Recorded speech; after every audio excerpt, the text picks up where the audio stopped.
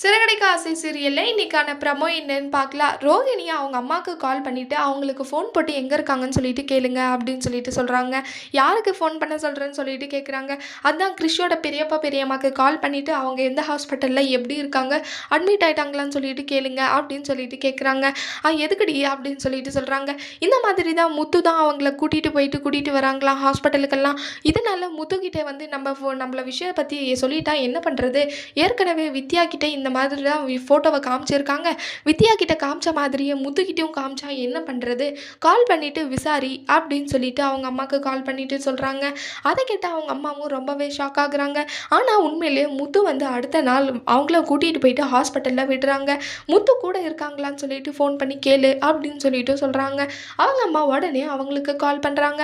கால் பண்ணிவிட்டு அதை பற்றி பேசிகிட்டு இருக்காங்க. அந்த டைமில் முத்து வந்து ஹாஸ்பிட்டலுக்கு வராங்க. வந்துட்டு என்ன யார்கிட்ட பேசிகிட்டு இருக்கீங்க? இந்த வாய்ஸை நான் ஏற்கனவே யார்கிட்டயும் கேட்டிருக்க மாதிரியே இருக்கே அப்படின்னு சொல்லிட்டு முத்து சொல்கிறாங்க.